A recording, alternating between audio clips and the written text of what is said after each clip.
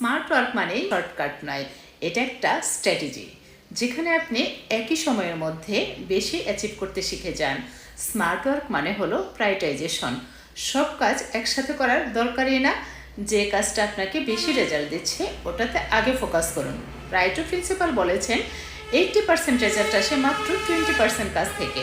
যে কোনো নতুন স্কিল শিখুন এমনভাবে যাতে আপনি একই সময়ের মধ্যে অন্যদের থেকে 2 গুণ আউটপুট দিতে পারেন।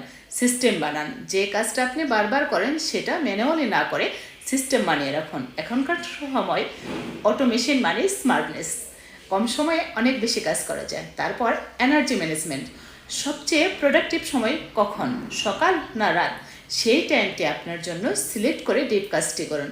ফিডব্যাক নিন, ইমপ্রুভ করুন। মনে রাখবেন, হার্ড ওয়ার্কাররা বারবার একই ভুল করে, কিন্তু স্মার্ট ওয়ার্কাররা শিখে, ইভলভ করে, তারপর অপটিমাইজ করে।